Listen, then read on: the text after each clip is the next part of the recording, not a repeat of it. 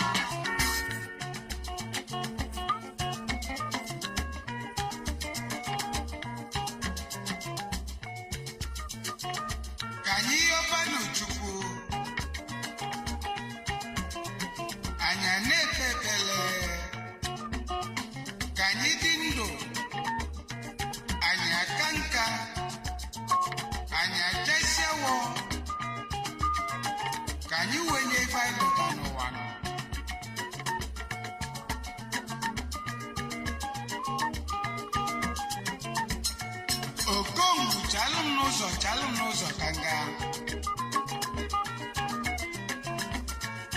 ife na-alụ ka m na-alụ nọ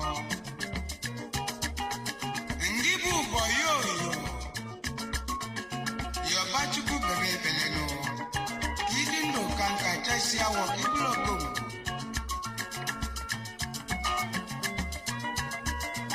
n'ogongo abụrụ chacha fecha fecha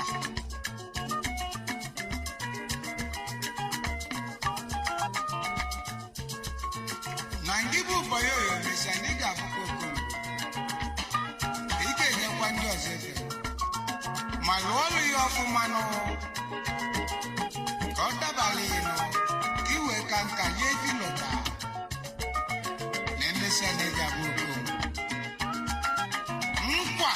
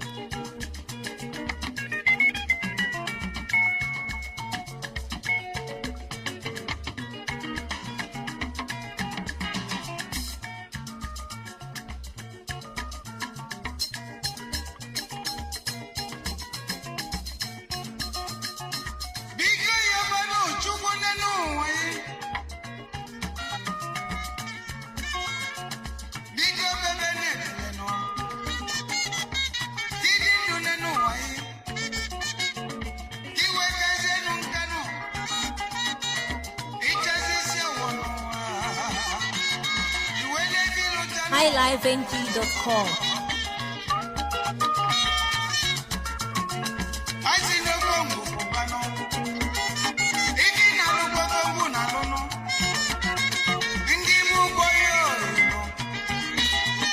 Biko jisi ke bebe ne bele no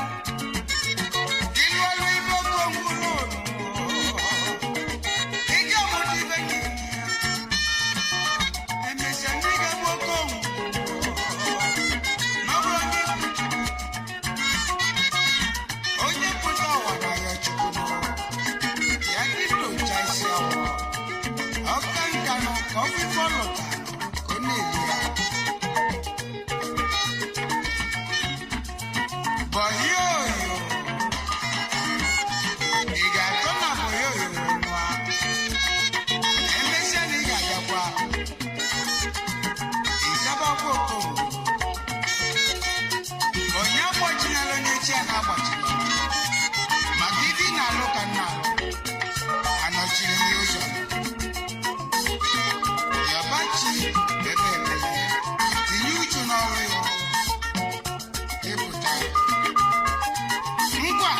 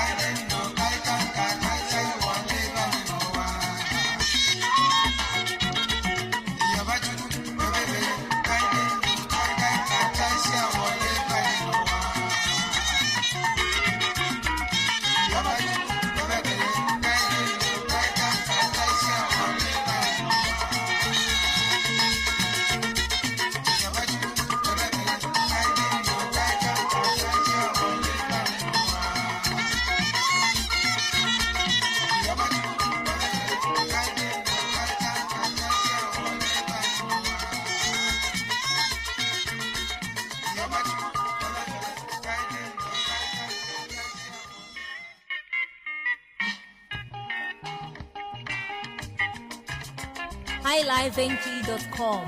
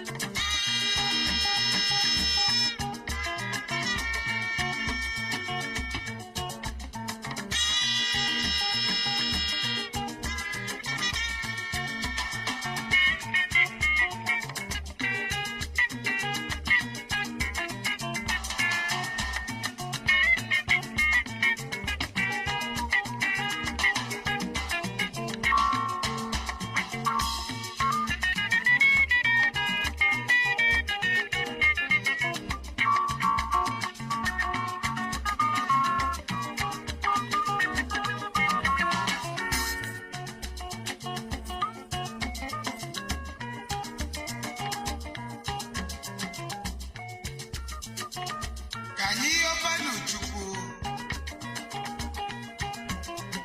anyị na-ekpe ekpele ka anyị dị ndụ anyị aka nka anyị achasiawo ka anyị wenye ife anyị lụta n'ụwa nọ.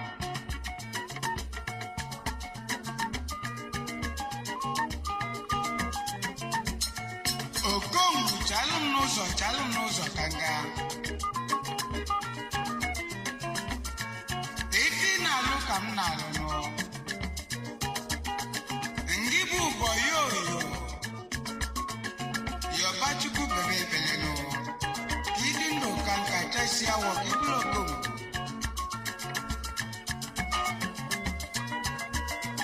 Na okongwu abụrụ chacha fecha fecha.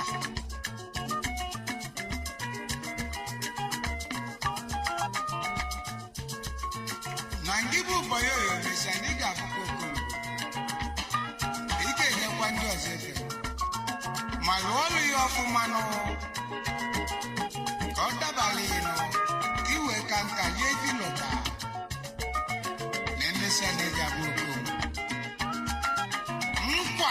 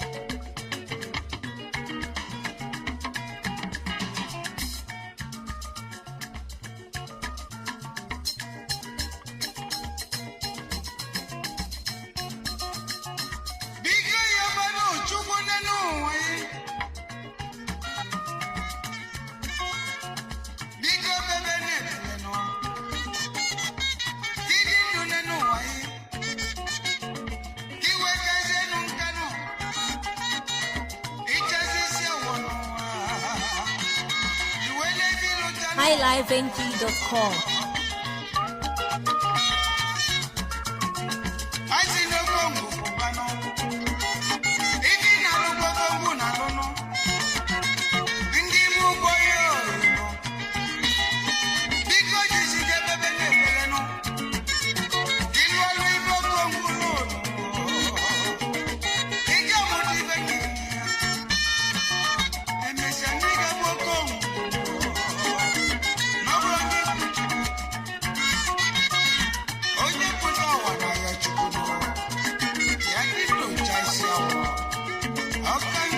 Coffee follow,